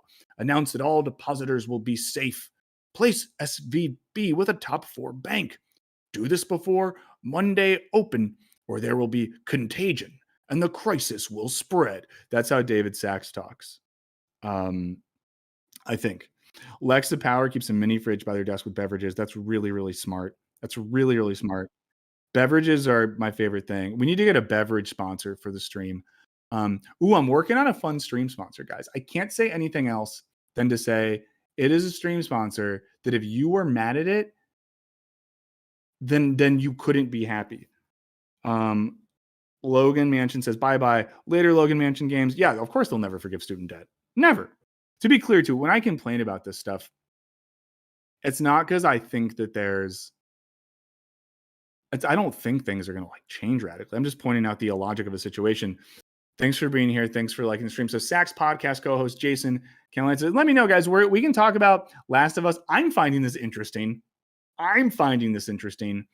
If you guys are worn out on this, let me know, because we're a democracy. We're not, but I can act like we are. Sachs podcast co-host Jason Kellensis worked a bit harder for it and spent days posting incessantly that there must be a bailout. So he posted things like, I watched people, this guy's voice is like this. I watched people tell me SVB was fine. Then FRB was fine, while more intelligent, cutthroat folks were wiring out of both places. This is the prisoner's dilemma. The prisoner's dilemma is what Jason is in. That's what Jason is in. A beer sponsor. I would love a beer sponsor. But again, let me know in chat if you're ready to get out of this. But I'm going to stay in it for a little bit longer. Who knows that the hysteria made the difference when on Sunday the FDIC announced it would be backstopping SVB, providing full access. Let's jump ahead to this part that says venture capitalists. Venture capitalists tout themselves as investors who take on big risk by finding value. They provide capital to entrepreneurs lacking the revenue or credit to get traditional financing, but whose big ideas promise to change the world and make some money along the way. In their self-conception, they would be entitled to white glove service from the federal government in the wake of this massively inconveniencing event. Oh shit, what was Jason's voice again? I think it's like, you should be absolutely terrified right now. That is the proper reaction to a bank run and contagion. POTUS and SEC Yellen must get on TV tomorrow and guarantee all deposits up to 10 million. This will spiral into chaos. The reality, however, is that VCs are herd animals. Wow. There you go. Educated debt slaves are even better. All hail our dictators. Turn the caps off. Yeah, seriously, why do you got to do that?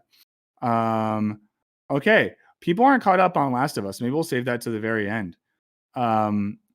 Jackson said, did you all talk about The Last of Us yet? What's up, Jackson Mayer? Everyone, if you don't subscribe, to the channel, skip intro, and are on the Patreon, why not? Why not? It'd be fun. Jackson, I also think it isn't good. Jackson, what we're debating right now is if we should get into it, and if it's like spoiler territory or whatever, we'll maybe talk about it a little bit. So let's skip ahead to this paragraph that says, what does all this have to do with SVB? So it says, what does all this have to do with SVB? By all accounts, SVB was the beating heart of the Valley. In 2015, the New York Times reported that it serviced 65% of all existing startups and many of the most prominent venture capital firms. The bank's collapse came out of a panic and a bad bet on interest rates, but it got into the situation because everyone involved seems to have helped build a risky system. Okay, so yada, yada, yada, yada, yada. I'm not yada, yada in it because it's bad. It's just there's a lot here. Here we go. Cut ahead to put it more plainly. Vox said something funny. Oh, I like that Vox says, if a bunch of VC investors want to try to riot in the streets, I kind of want to see it. Yeah, go for it. I would like to see that as well. Striving to balance is working from home. Glad that you're there. Oh, again as well. We are glad for any of you that get paid to watch Wisecrack Live. How do you get paid to watch Wisecrack Live? You watch it at work. And then you're getting paid to watch Wisecrack Live. So that's what we encourage you to do. We're almost at the 12:30 points, so just checking in for station identification. You are watching Wisecrack Live with me, Michael Burns, with producer Henry, with the best chat in the game. So many lovely people with both green and gray usernames. We love them. They're great. They're fun. What's up, Tyler Carroll? And we're learning today, we're mostly learning about Silicon Valley Bank's failures. We might talk about, and we're reading an article. It's in Slate. We'll talk about the author and the title again by the end. Report for duty, watching from work. So we're talking about the SVB stuff and capitalism and tech and America and all the things, right? We have systemic risks, but not systemic racism. Yeah, I don't want to disappoint anyone. If you came here to talk about Last of Us, what maybe we'll do, we can just wait till like the very end and maybe do that really quickly and save a further discussion for later because I don't want to spoil anyone. So we'll do a little talk when they get there. Natasha works for a startup, so they'd be fine with this use of time. Oh, they totally would. When I worked for a startup, I would leave. I've probably told this story, guys, but it was like my third week of working at the startup. I had this nice desk, got me a new laptop, all types of snacks. And it was my first time working with a lot of Gen Z people who don't talk to each other. So when you work in a big tech startup, is what I learned, you don't talk to someone. So if you're sitting across from me and I have a question, I got to Slack you. Because people looked at me like I was a psychopath and I would just be like, hey, real quick. And they would just look at me like, why are you talking? So it was like my third week. I didn't have any work to do. No one told me to do anything. I wasn't sure who my boss was. The checks were clearing and I made a decision. I got up from my desk. I didn't close my laptop. I walked out the front door. I walked downstairs. I walked across the street to the ArcLight Theater in Hollywood, California.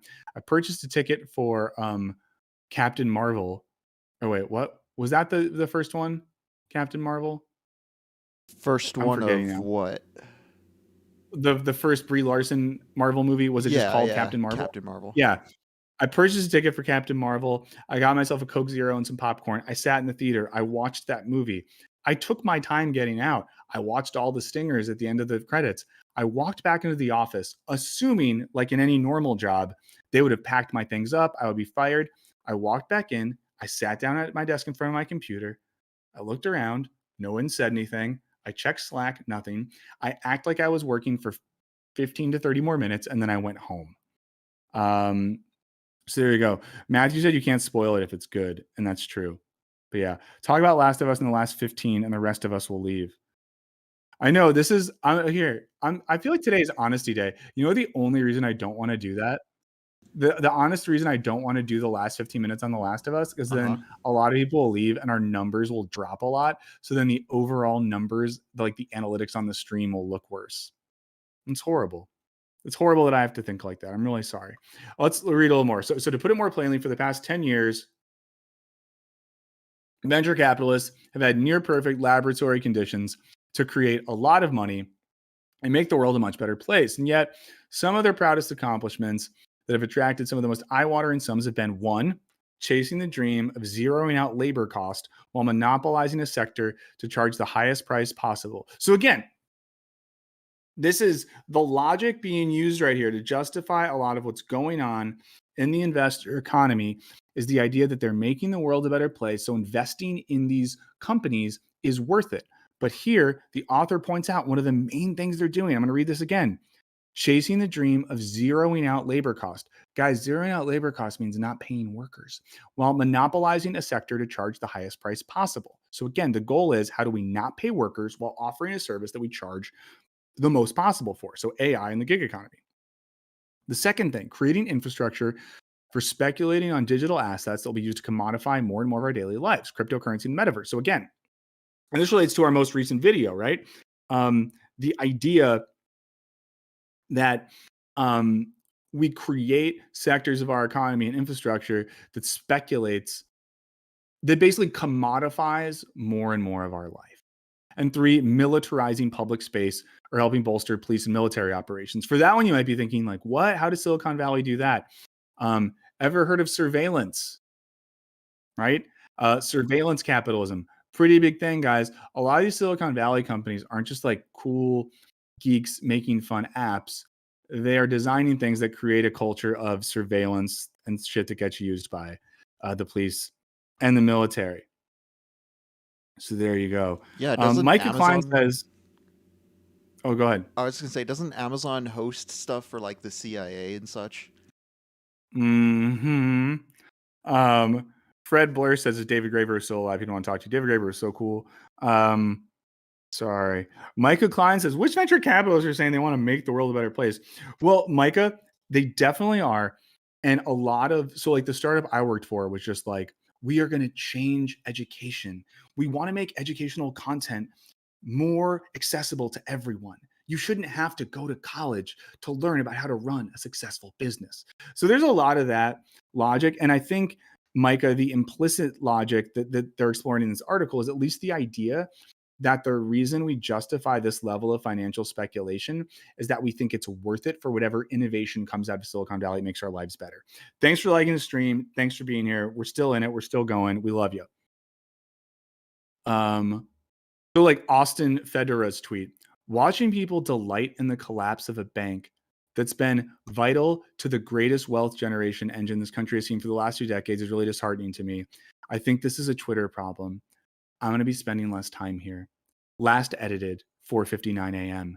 So like, again, this is someone who's making the argument that we, the proles, should not be happy about a bank failing because it's created a wealth engine that'll benefit us. So we should be S-ing the D's of the investors so that they'll give us some stuff. Yeah, Juan Quill the Vegan says, Ring Doorbell gives out video footage to cops for free. Yeah. Leak the stream. Like the stream if you don't want a surveillance society. Don't like the stream if you like the idea that police will have access to any of your information all the time. Okay, I really like the part of this article right after the last tweet I read. You'd be hard-pressed to find another parasite that has so thoroughly wrecked the body and environment of its host, all while trying to convince the host that it is deserving of praise and further accommodation. Damn. Wow. This is good writing, guys. And it happened. There was another Silicon Valley bank collapse last week. Yeah, Silvergate, bad fonts. It's a bad font, bad bank. And Silvergate did all the crypto stuff. I'm going to skip ahead a little bit. Let's see. Let's just read this last paragraph. It starts with, it's not obvious to me. Okay. Tyler, you're supposed to buy leaks. Leaks are great. Thank you for liking the stream. Thank you for being here. Someone said, what was your title at the startup? My title is senior writer.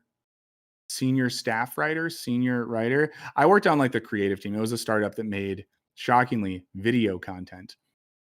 So I wrote videos. I was not allowed behind the camera. I didn't have what it takes. Also, I was like, I don't want my friggin' face to be in these friggin' stupid friggin' videos forever. So I think I signed an NDA, so I'm covering my mouth so I can say this is someone faked it, because I'm probably not supposed to talk bad about that company. But I would have wore a paper bag over my head if they ever wanted my face in their stupid videos. They did let me write a commercial once, though, that involved someone sitting on a toilet, so that was pretty cool. Let's see. Okay, last paragraph of this article. It's not obvious to me why venture capitalists should be so in control of what tech gets funded, who designs it, how it gets developed, why it gets developed, and where the returns go.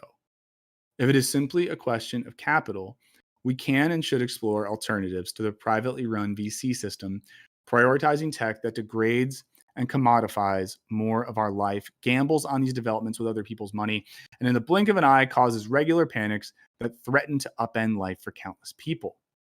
If it is a question of talent, we can and should recognize that these people are not any smarter or more talented than us. They're not. They just have more capital to throw at problems, better connections to ensure things work out their way, and less shame preventing them from pursuing what they want. None of these people are Catholics. They need more shame.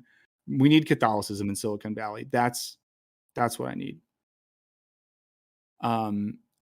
Sorry. And yeah, and less shame. Sorry.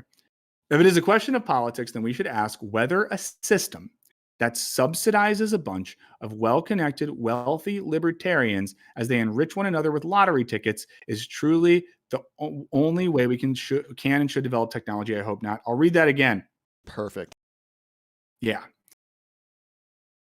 If it is a question of politics, then we should ask whether a system that subsidizes a bunch of well-connected, wealthy libertarians as they enrich one another with lottery tickets is truly the only way we can and should develop technology.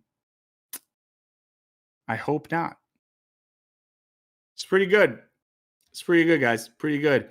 Again, this is from Slate. The title of the article is The Incredible Tantrum Venture Capitalists Threw Over Silicon Valley Bank by Edward Ongweso Jr. Pretty good, guys. Pretty good little article right there. Henry posted a link. I did skip a few of the paragraphs because I only know so many words. Oh, here's a fun thing. I won't pull up this article, but guys, do you know who Ron DeSantis blamed for the downfall of SVB? I let people guess. So who do we think Ron DeSantis, future president of America, current governor of Florida, who would Ron DeSantis say, or what would Ron DeSantis say? Don't Google it. Is at cause of the issues at SVB. Someone said Obama. It's not that. Someone's kind of right. Tyler's kind of right. Yeah. People are basically there. He said it was diversity initiatives. That diversity initiatives.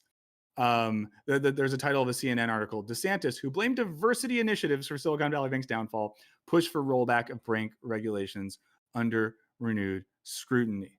So DeSantis was like, diversity did this.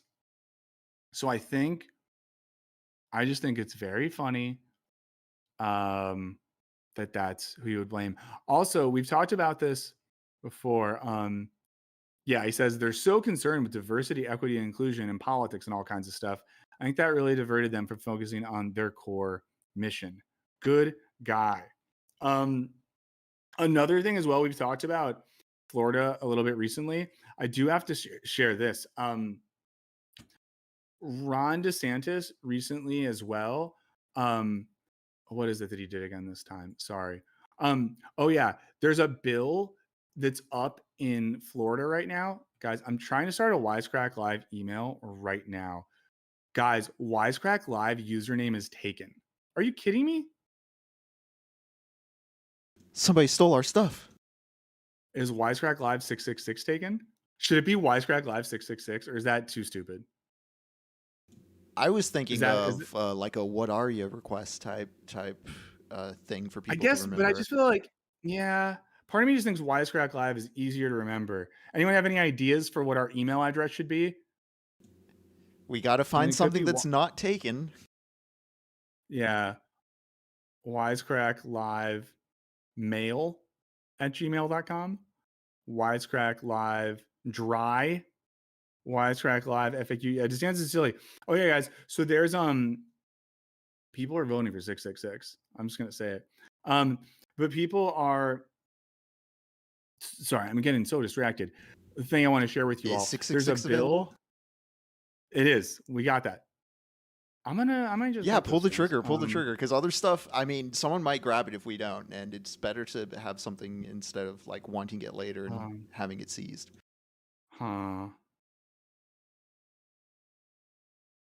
Wait, I'm gonna come up with a weird password. I'm trying not to mouth it when I say it. I'm gonna show the password. Okay, great password I got. Mouth it, and we'll just have to guess where the caps are. I worry that it's a pretty guessable password for a very specific group of people. For a very specific group, I feel like you all would be able to guess this password. Okay, guys, I think it happened. Okay, I think it happened. I think we have a Wisecrack Live email address, guys. I think it's happening. Let's see. I got to do my recovery email. It's really, and guys, we're doing this together. I'm doing this live. I'm doing this here. I'm doing it because I care. Gender. Ron DeSantis would be pissed at this question. Okay, I have to verify my phone number. It's sending me a code. Go to text messages. Got the code. Definitely Filling it in. give me the official address once it's ready so I could throw it up on screen. Yes. Once it's official, I'll let you know. Privacy, sure, you're going to steal all of our data anyways. Nothing is real. Guys, I think it's official. Hold on. We're almost there. This email address might alienate people, but so we got it. Wisecrack Live 666 at gmail.com. So there we go. We have it. If anyone wants to, now it's the challenge, like Cool Bear first email. So I will say what we're going to do with this email address. If you have questions, thoughts, ideas, now you can already share those in comments on Patreon, on Discord, whatever, but you can. Oviedo checking in. What's up, Cbrand87? Hell yeah. Gmail is too woke. But, if you have like questions, ideas, thoughts, I would like to, just have a place where you could go and check these things out. Already got an email. I'm going to say it. John sent us the first email. John Lethell said, I got arrested by the police and need bail. Please send me 666 likes. Ryan gave us testing 1, 2, 3. The emails are rolling in. Holden said, congrats on your new email. Guys, the emails are rolling in. Did I say someone's identity? Shit. I'm really sorry. I didn't say any name. No one heard anything. Really sorry. You emailed. There's another one. I'm not going to say the name, but the person is not first. I'm really sorry. But it's a very woke email address. Now I'm waiting for the first email that's like, Michael and Henry, we're gonna kill your families. Yeah, let the death threats commence. We got another one who wanted to be first, and they were in fact 1, 2, 3, 4. They were sixth. So there you go. Okay, friends. I don't know. I feel like no one really wants us to talk about The Last of Us. That's like the vibe I'm getting. I want to talk about it. If we're talking, wait a week? If we're talking honesty, I'm kind of surprised there's it's still possible to spoil The Last of Us, but if we must wait a week. Oh, we got another one. So we got our first nice email. So that's nice, and we got a Hail Satan. Wow, we're doing really well. We got a lot of emails already, a lot of traffic. If only we had as many likes and views as we have. I don't know, guys. Well, Michael Dodge, I feel like I can say your name because that's your username. How about this? We'll do a little. Should we do like a little conversation now and then talk about it later? Yeah. Hungry Killer 666. Can we talk about The Last of Us? Your mom. Hector says wait a week. Let's in sort of like Vox says make it the lead topic next week. I will say that's fair. It is hard to keep up with lots of stuff. Yeah, I can wait. Someone says 666 secrets to staying woke. Watch Wisecrack Wise, Live Crack Wise on TubeU. You guys are crazy and I like it. I don't know. Okay. So we'll just do a couple. So let's start with this. Do you think, I did not get an email from the city of Toronto yet, I don't think. How about this? Henry, do you think if people have not watched The Last of Us, should they watch it? And strike the meme, guys. Everyone, please strike the meme. Should people watch it? Yeah. We don't have a lot of time to actually thoroughly talk, but like spoiler free, kind of like these kind of questions. Like, I don't think so. I don't really suggest watching the show. I don't. Ooh, wow. I honestly would suggest maybe playing the game over watching the show because I think there's mechanical aspects engaging with the story that make the game a bit more like worthwhile than just watching it unfold. Yeah. I also, so I did not play the game, everyone. I did not play the game, so just note this. Oh, we got one from a work email. Sick. I enjoyed the series for the most part. I think it's relatively well made. I think Craig Mazin, the showrunner, is a little bit of a baby brain. But we got an email from Finland. That's awesome. Nice. Thank you so much. Yeah, I love the emails. We did a Wisecrack video about the game. I liked it. I think it's pretty well made as a show. I think the performances are good. 1 second. Sorry, guys. I noticed my wife leaving in the background. I'm going to text her and say, did you leave to get lunch? This is the honesty stream. This one will go down in history. Last time was the flu one. Paula wrote us an email. Thank you, Paula. Sorry, maybe I shouldn't say people's names. Fuck. I forgot that. I think the show was good. I think the last episode kind of sucked. That is my I wanted to won't get too deep till next week, but I did not like the last episode. Yeah, I wanted to like the show, and I did like the first half pretty strong. I feel the last 3 episodes sort of lost their momentum for me. A lot of it felt like it was kind of like inevitably just kind of funneling towards the game's ending, whereas the first half of the show was doing stuff specific to like a TV adaptation that was like interesting and new. Yeah, we just got an email from Michael that says, "Hot communist in your area. Are you looking to seize the means of production? Oh, Do you have too much money and need less?" Wow. I also think it was like too short, the last episode. It went from 0 to 100 really fast. It was really abrupt. And I think that here's what I think the show's problem is. This is not a spoiler, by the way. So we'll talk about it more later. I think that the show wanted to present the Joel character played by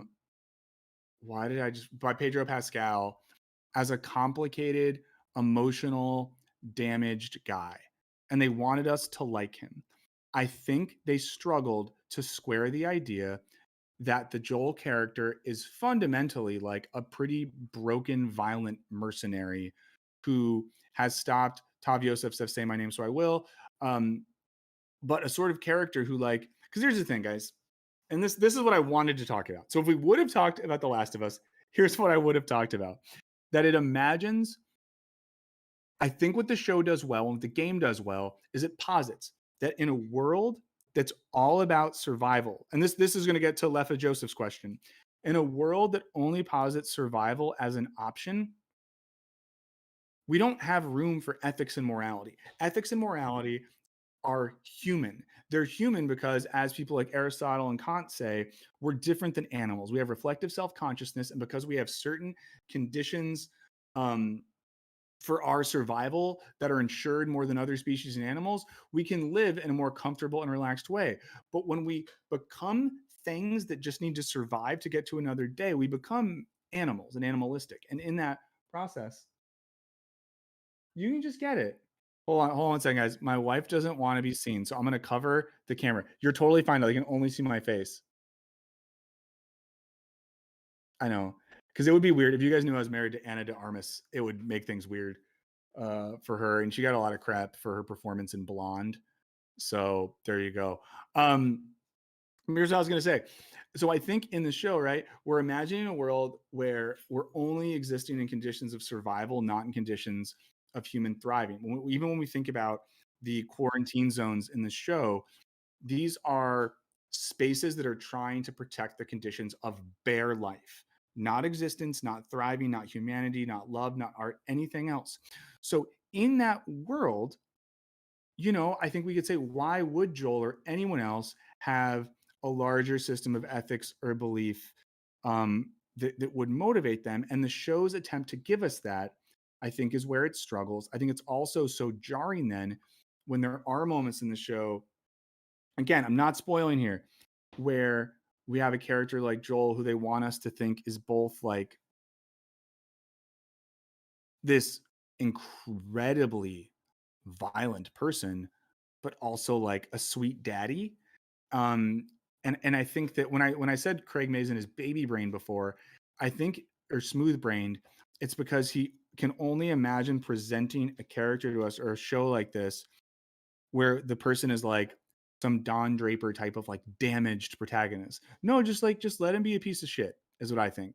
And let us as intelligent people work out why a person who's existed for 20 years in that world would be a piece of shit. Yeah. So, yeah.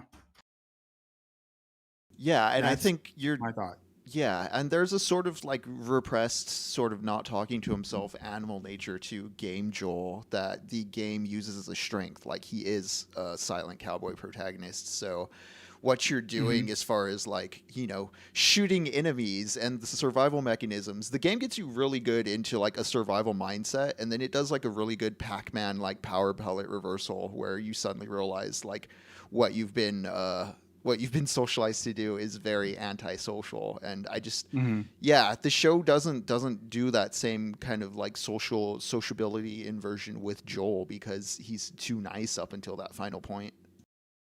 Yeah, for sure. Just catching with the chat a little bit. Outright Tiny, finish an interview. I'm here and lick the stream. Thank you. Outright was like an interview like for a job or an interview like you were interviewing someone for work. I'm just curious, but oh yeah, and I do respect my wife's wishes. Guys, I would love to have Johnny Harris on here sometime. Maybe we should. It would be like uncomfortable though. And someone said the player being Joel. Yeah, and Beatmaster says the player being Joel in the game makes it even more meta than. Yeah, I think that in the game then, and I haven't played it, but I've watched some playthroughs and I know about it.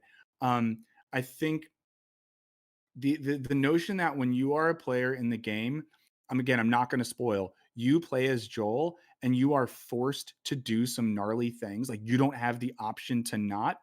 I think in a sense, what the show is trying to get at then is in certain conditions of survival, there isn't space for the ethical.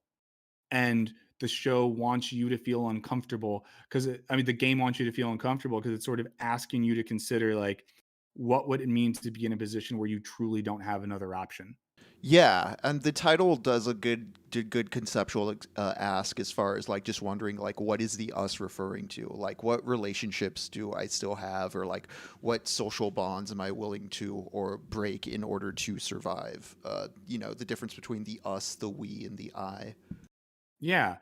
So all that to say is I think that's why the game is really interesting. There's some really cool story elements going on there, and that the show failed in the final instance, in my mind, by trying to be too much of a TV show. And it's ironic too, because in the last episode has the longest sequence that does look like gameplay and feels like there's like a big sequence. So it's like, oh, I'm watching a video game now. But it does that, literally tries to emotionally be a little too human. I don't know. So we'll talk about it more next. Oh, go ahead. Yeah, we can talk about more next week. It's just interesting to me because I feel that The Last of Us as a game was always aping prestige television, and people will criticize it as like trying to be too much like an HBO show. But I feel in adapting it into an HBO show, there's kind of like a crucial secret sauce missing from this that other HBO programming has, and I'd be more interested in talking about that once we can go full spoilers. Yeah. So yeah, we'll save some time for next week. So this is where I think too, if we ever had time for like multiple streams, maybe one stream could be like the TV and movie stream, and one could be the like culture one, where we could just talk about stuff like that. Anns and Soul Reaper said, are we talking about The Last of Us? Yes, but we're not spoiling. Also for emails, Mateen, Amaria, Ash, Brian, Jay, thank you so much. I'm not saying last names. I'm just saying first names. We already have, no one has ever started an account and had so many fun emails right off the bat. Guys, I'm an emotional person, so I'm just gonna say this. It makes me feel, and Henry, I'm gonna share the password and stuff with you, so you can check these out later too. But it makes me feel really nice that we get to be a part of, we get to hang out with y'all, and you're writing fun emails, and you're out here, and that's really great. Ooh, outright interview for a job. That's awesome. We hope you did well. Send good vibes Outright Tiny's way so that Outright Tiny can be outright employed at this new job. Yeah, we want to have multiples streams. We got or someone said, or maybe triples. do a 3-hour stream. Yeah, or we could do a 3-hour stream and have like very distinct segments or something like that. We're trying to figure it out. Yeah, I think that's all I got. I don't know. Anything else to talk about today? I don't know. Oh yeah. Feel free, guys, to do some what are yous. Any recommendations, things you're watching, you're listening to, you're playing, you're reading. I'll do a quick one. I'm gonna throw you guys for a fucking loop with this one. I got obsessed when I was sick last week with the show Full Swing on Netflix. It's a documentary series that follows young professional golfers on the PGA Tour. Oh, Jay Doherty got a job today. I just found it so fun. I don't know why. It's ridiculous. I shouldn't like it, but I liked it. The other thing I'll recommend is maybe watch some Irish cinema for the sake of Paddy's Day. What are some fun ones? If you haven't watched Banshees of Inisherin, watch that. Win the Chicks, the Barley is a great movie. I really like the Commitments. It's a kind of musical movie about a band in Dublin that's really fun. I watch that sometimes on Paddy's Day. If you want to listen to Irish music, you should probably start with the Dubliners. So there you go. Anything Shame, else the coming Steve in? McQueen movie. Oh yeah. Well, it's kind of intense though. But yeah. Anything you want to recommend? I've been playing Death Stranding and enjoying it a lot. As another post-apocalyptic fiction narrative, I really enjoy its sort of forward-looking optimism and kind of mind towards like civic and social projects and getting through apocalypse more than wallowing in it. Oh, nice. Maeve Callahan's listening to the song Hi Ren and weeping every morning. I'll have to listen to it. I don't know if I want to weep every morning. Joshua Harris, we're hoping you get a job soon as well. Dark Prophet Saga would still love a take on Banshees. I have a take on Banshees. You'll get it another time. Okay, we'll wrap up here. Thank you so much. This has been Wisecrack Live. We'll be back next week. In a couple weeks, we might take a week off. I'll talk to Henry about it because might have to travel. But then I'll be in Chicago. I might try to figure out if there's a way I could stream remotely. I guess I would just be depending on Palmerzilla, thank you so much. I might have just said your name wrong. I'm so sorry. You did miss where we talked about the bank, Davon, but you can always go back. Julia, thank you so much for the email. But yeah, if I can figure out a way, I just want to make sure there's enough like bandwidth. But part of me thinks, Henry, as long as I can get on the Discord with okay quality, it'll stream okay. But maybe we can figure out something fun to do. Oh, Hector, thank you so much. Oh, I feel okay saying that. Okay, cool. But maybe we could do something fun. I'll be in Chicago. Maybe I could do like a walk around Chicago and we could stream it or something. I don't know. We'll figure something out. We'll catch you guys next week. Please do watch our video that comes out tomorrow on disruption culture because it relates to this. It relates to all the Silicon Valley stuff we're talking about. So please do watch that. Outright Tiny's first concert was flogging Molly and Dropkick Murphys. That rips. Okay, guys.